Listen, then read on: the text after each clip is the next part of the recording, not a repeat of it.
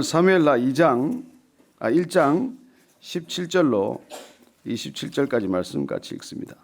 시작. 다윗이 이 슬픈 노래로 사울과 그의 아들 요나단을 조상하고 명령하여 그것을 유다 족속에게 가르치라 하였으니 곧 활노래라.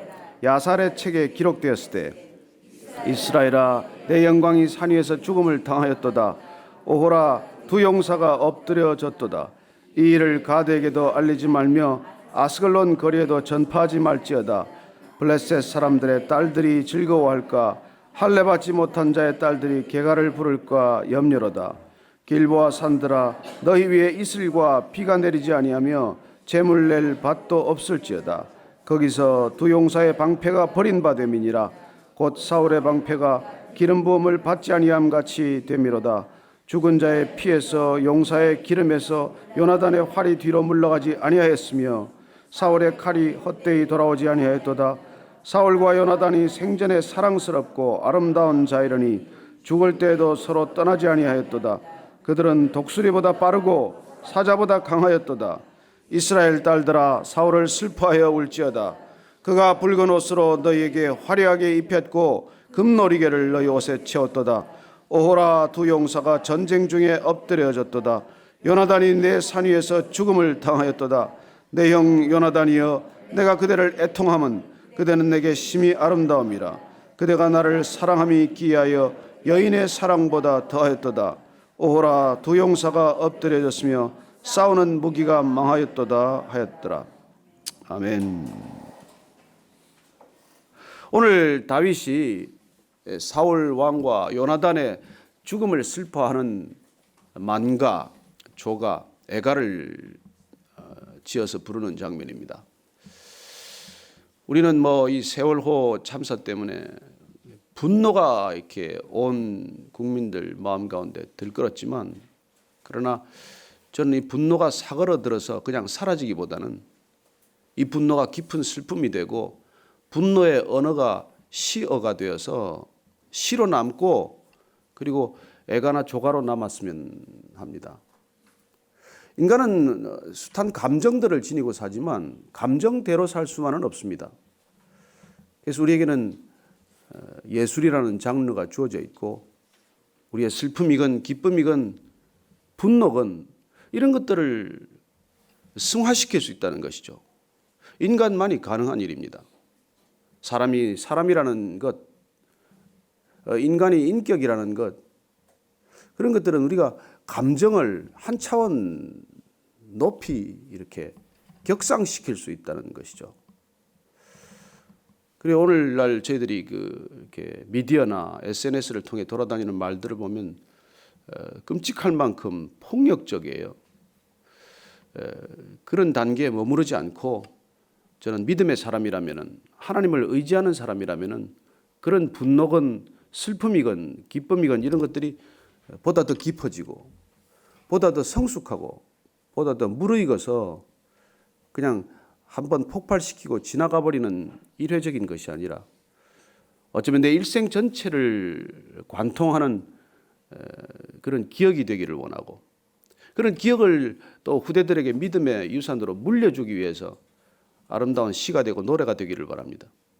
다윗의 이 시 한 편, 만가의 한 편을 통해서 우리는 얼마나 다윗이 사실은 큰 인물인지, 위대한 신앙인인지, 또 우리가 익히 아는 바와 같이 요나단과 다윗의 그 아름다운 우정은 얼마나 아름답고 소중한 것인지를 기억하는 그런 유산이 된 것이죠. 제가 어제 다윗에 대해서 조금 더 우리가 이 사무엘 하편을 통해서 그 신앙을 우리가 한번 깊이 들여다보기를 원한다고 말씀드렸지만은, 오늘 이 조가 한 편을 통해서도 그는 얼마나 위대한 신앙인이었는지가 드러난다는 것입니다. 그는 오늘 이렇게 슬픈 노래를 지어서 사울과 요나단을 조상했을 뿐만 아니라, 조문했을 뿐만 아니라 명령을 내려서 유다 족속, 본인이 지금 사실 이제 유다 지파의 수장이 된 것이죠. 그 자기 전 부족들에게, 자기 주위 사람들에게 이걸 다 알려서 이걸 가르치라고 말합니다. 오늘 우리가 읽은 이 조가의 이름을 활노래라고 이름 붙였습니다. 요나단이 우선 활을 잘 쏘았어요. 사울과 요나단이 속했던 지파 베냐민이 이게 활을 잘 쏘는 지파입니다. 그리고 그는 사울에게서 도망갈 때, 다윗이 사울에게서 도망갈 때 요나단이 정확히 활을 쏘아서 어디까지 쏘면 거기서 내가 도망가라고 일러줬던 것도 기억을 했을 것입니다. 그는 요나단이 활을 얼마나 잘 쏘는지를 기억했을 것입니다. 그는 요나단의 죽음 속에서 얼뜻 그 활을 쏘는 요나단의 모습, 끝까지 블레셋 사람들을 향해서 싸웠을 그의 모습을 떠올린 것이겠죠. 이 노래는 야살의 책에 기록이 되었다고 되어 있습니다만 야살의 책은 전해지지 않습니다. 다만 이름만 전해질 뿐이에요. 이 책은 우리로 치면 조선 왕조 실록이 있고 궁정 일기가 있듯이 어떤 무용담이라든지 우리가 기억해야 할 뒷얘기 같은 것들을 기록한 책으로 전해집니다. 그 책에 이 만가는 기록이 되었다고 되어 있습니다.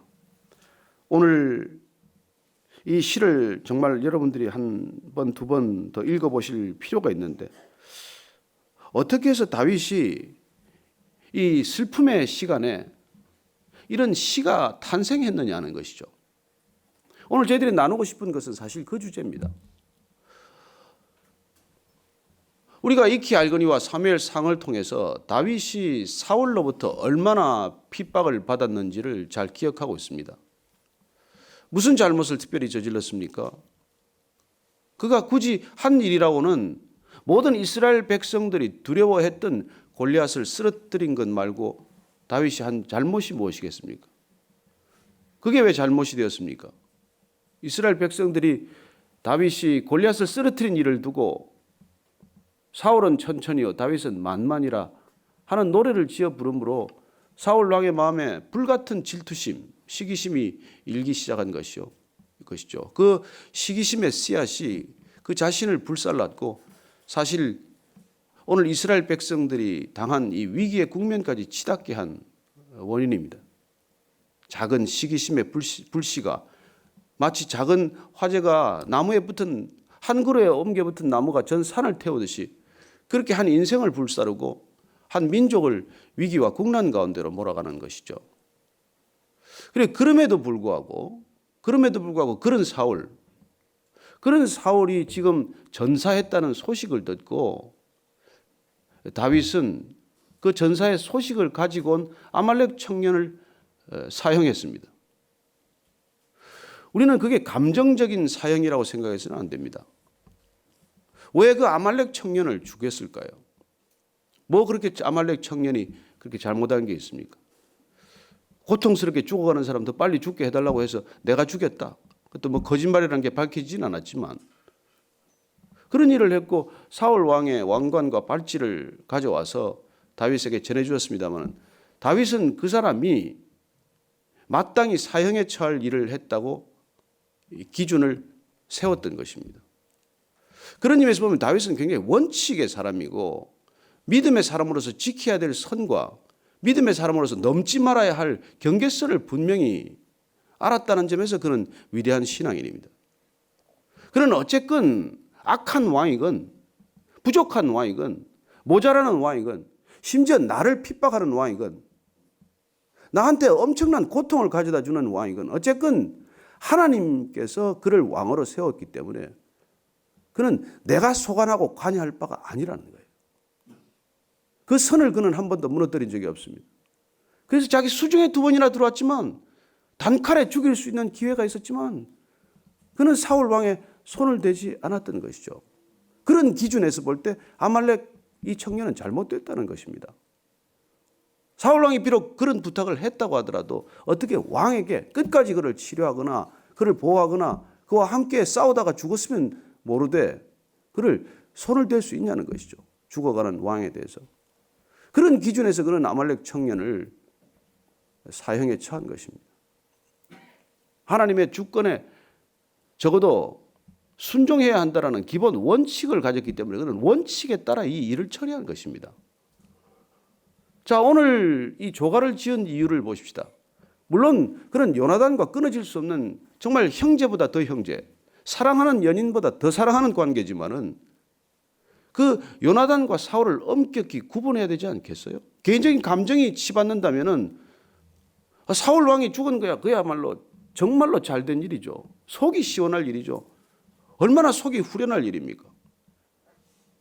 쫓기다 그 유대 땅 이스라엘 땅에서 갈 곳이 없어서 본인이 죽였던 그 골리앗의 나라, 골리앗의 땅 가드 아기스 왕에게까지 가서 피신을 해야 했던 사람이 이제 그 왕의 죽음으로, 사울 왕의 죽음으로 귀국하게 되었고 이제 살만하게 된 거예요. 이제 좀 숨 좀 쉬고 발 좀 뻗고 자게 되었지만은, 그러나 자기 입장에서 이 사울의 죽음을 얘기하지 않는다는 것입니다. 여러분, 이게 얼마나 중요한 신앙인의 기준입니까? 내 입장에서야 사울 왕 죽은 것보다 더 노래를 부르고 기쁨의 노래를 불러야 될 일이 어디 있겠습니까? 정말 앓던 이가 빠진 것보다 더한 경사가 난 일이죠. 속으로 뒤돌아서서 계속 웃어야 할 일이에요. 잠깐 백성들 앞에서는 우는 체 하다가 화장실에 가서는 그냥 가슴을 치고 웃어야 될 일이에요. 여러분, 그런 상황, 그런 이중적인 인격자라면 이런 시가 나오겠냐는 거예요. 우리는 다윗의 시편을 보면은 다윗의 시가, 우리가 보는 시편에 지금 이름이 붙어 있는 100편 가운데 73편이 다윗의 이름으로 지어져 있습니다. 다윗은 전사예요. 그건 나중에 왕이 됩니다. 그러나 그는 전사이기 이전에 시인이었다는 것이에요. 뭐 여기 청소년 시절에, 뭐 학창 시절에, 젊은 시절에 시 하나 두 편 안 써본 사람이 어디 있겠습니까만은, 그러나 줄곧 쓰는 사람은 또 여기 누가 있어요? 다 우리가 뭐 시적인 감상력도 있고 하지만은, 그러나 여러분, 이 시를 읽으면서 우리가 주목하게 되는 것은 그는 인생 전반을 통해서 시인이었다는 것입니다. 저는 그것이 다윗의 가장 큰 신앙적 자산이고 신앙적 특성이고 신앙적 모델이라고 믿습니다. 여러분, 시란 단순히 좋은 시란 감상이 아니에요. 센티멘탈리즘이 아닙니다. 그건 깊은 중심을 토해내는 파토스예요. 그러니까 좋은 시를 쓴다는 것은 인간 내면의 성숙이 없으면 절대로 그런 시가 나오지 않습니다. 저는 이 슬픔의 시간에 슬픔이 시가 된 다윗의 그 깊은 영성과 삶의 뿌리 박은 그 놀라운 인격을 우리가 다시 한번 봐야 한다는 것이죠. 그냥 툭툭 튀어나오는 말이 아닙니다. 시어라는 것은 굉장히 정제된 언어이고, 그리고 그 삶의 흔적들이 뚜렷하게 정리가 되어 있지 않으면 쏟아지지 않는 언어라는 것입니다. 그는 오늘 한번 보십시다. 19절 말씀 한번 첫 절 읽어봅니다. 다시 읽습니다. 시작. 이스라엘아, 내 영광이 산 위에서 죽임을 당하였도다. 오호라, 두 영사가 엎드려졌도다. 이스라엘아, 내 영광이 산 위에서 죽임을 당하였도다.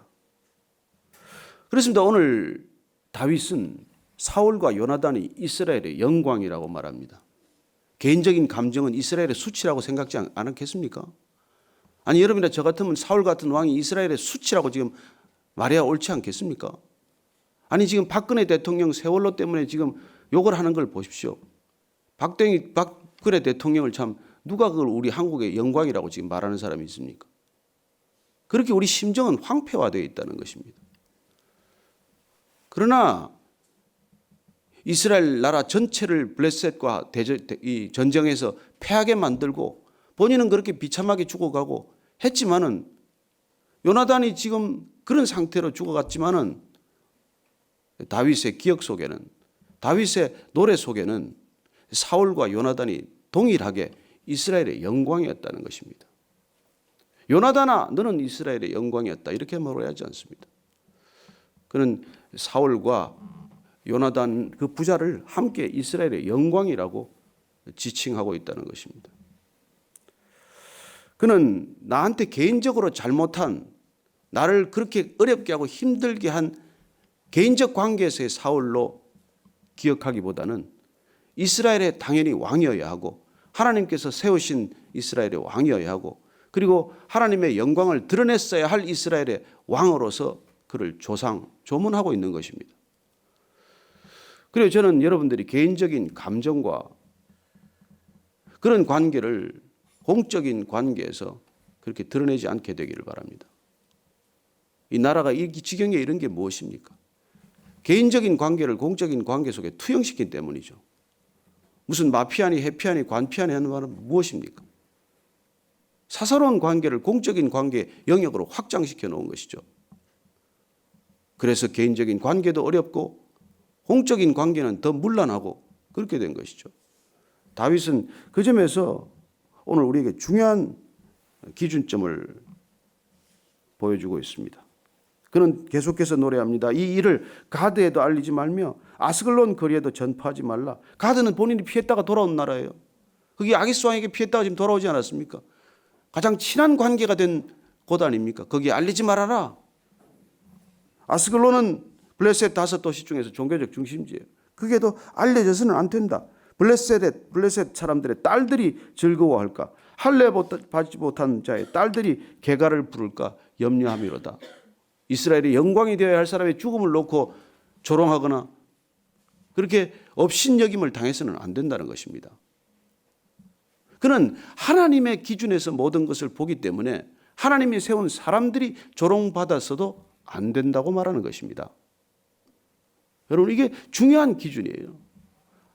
하나님이 업수의 여김을 당해서 되지 않기 때문에 그 이름을 망령되이 일컫지 말아야 되기 때문에 교회의 이름도 그렇게 소중하다는 것입니다. 그래서 크리스찬의 이름도 소중하다는 거예요. 여러분, 우리 크리스찬답지 못하게 살아가는 이유는 뭐예요? 하나님을 업수히 여기기 때문이죠. 하나님을 모르기 때문이죠. 우리가 하나님이 어떤 분인지를 알면 하나님을 아버지라고 부르는 사람들이 그 아버지 이름에 걸맞게 살지 않겠습니까?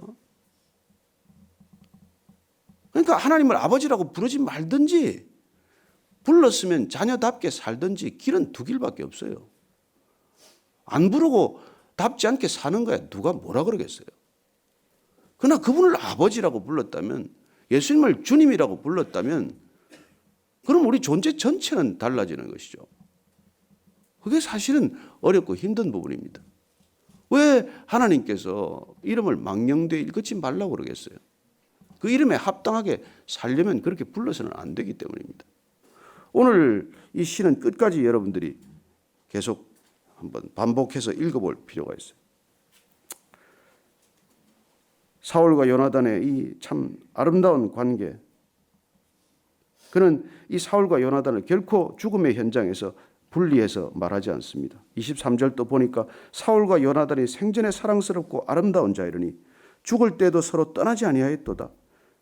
그래요, 부자가 한꺼번에 전사했다는 것도 아름다운 일로 보는 것입니다. 어떻게 아버지와 요나단이 그렇게 사랑스럽고 아름답기만 했습니까? 다윗을 도와주었다고 얼마나 혹독한 얘기를 했습니까? 얼마나 수모를 주었습니까? 그렇지만은 아버지 사울과 아들 요나단은 서로 아름다운 부자지간이었다고 그렇게 조문하는 것이죠. 그들은 독수리보다 빠르고 사자보다 강했다. 이스라엘 딸들아, 사울을 슬퍼하여 울지어다. 사울은 제껴놓고 요나단을 슬퍼하라고 먼저 말하지 않습니다. 그렇게 그는 이 사울에 대한 사적인 감정이 정제되고 승화된 것을 우리는 보게 되는 것이죠. 26절 한번 같이 읽으십시다. 다시 읽습니다. 시작. 내 형 요나단이여, 내가 그대를 애통함은 그대는 내게 심히 아름다움이라. 그대가 나를 사랑함이 기하여 여인의 사랑보다 더하였도다. 여러분, 우리 인생에 정말 우리 아내가 우리를 사랑하고 남편이 나를 사랑하는 것보다도 더 나를 사랑하는 그런 친구 여러분들 있습니까? 저는 그렇게 사랑했다고 믿었던 친구들이 뭐 죽거나 다 떠났어요. 남아있지 않습니다. 저는 이 요나단처럼 우리 인생에서 내가 사랑하는 여인보다도 남편보다도 더 사랑하는 친구가 있기를 바랍니다. 쉬운 일이 아니에요. 생명을 거는 일입니다. 여러분, 우리가 아내를 위해서도 죽기 어렵고 자녀를 위해서도 죽기 어려운데 친구를 위해서 죽는 건 더 어렵지 않겠습니까? 사실 친구를 위해서 죽은 분, 그분이 예수 그리스도셔요. 그분은 우리를 친구라고 부르시는 분입니다. 저는 그래서 친구가 나를 위해 죽었다는 것을 기억할 수 있게 되기를 바랍니다. 이 다윗은 요나단이 나를 위해 죽었다는 것을 평생 잊지 않았던 사람입니다. 그의 시는 오늘 오호라 두 용사가 엎드려졌도다. 이건 후렴처럼 3번씩 반복되죠. 싸우는 무기가 망하였도다 하였더라. 활처럼 그리고 칼처럼 용맹한, 그래서 이스라엘을 지금까지 지켜주었고 어쨌건 지금까지 나라를 부강케 했던 그 두 사람이 쓰러진 것을 이렇게 슬퍼하는 것입니다. 여러분, 이 슬픔은 형식이 아니에요. 남들 보라고 하는 게 아니에요. 진정한 슬픔이 있었고 진정한 사랑이 있었기에 그게 노래가 되고 시가 되었다는 것입니다. 저는 이 나라가 지금 민족의 슬픔 가운데 있지만 그 슬픔이 슬픔으로 끝나지 않고 분노가 분노로 끝나지 않고 이것이 아름다운 시가 되고 노래가 되고 애가가 되어서 우리 후손들에게 기억되고 그렇게 되기를 바랍니다. A Thousand Winds라는 그 노래가 사실은 오래전에 지어졌던 노래지만은 911 테러 때 뉴욕에서 추모할 때 노래가 불렸고 또 일본에서 그게 다시 불리고 우리 또 뭐 한국에서도 누가 불러가지고 그게 전해집니다만은 어쨌건 슬픔이 노래가 된다는 것은 인간에게 있어서 가장 위대한 신앙적 표현이에요. 저는 여러분들의 신앙이 시적인 언어로 승화되기를 바랍니다.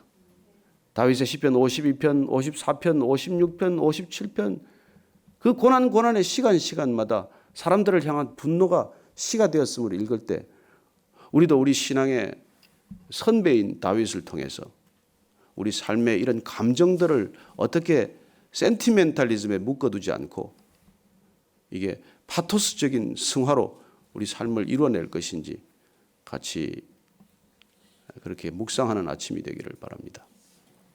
오늘 그래서 이 말씀을 그냥 흔히 지나가 버릴 수밖에 있는 이 시를 우리가 만가를 읽고 또 읽으면서 다윗이 가졌던 그 깊은 심성, 그 깊은 영성, 그 깊은 삶에 대한 사랑, 그리고 사람에 대한 깊은 사랑, 그보다도 그를 더 넘어선 하나님에 대한 깊은 신뢰와 사랑이 우리 안에도 자리 잡게 되기를 축원합니다.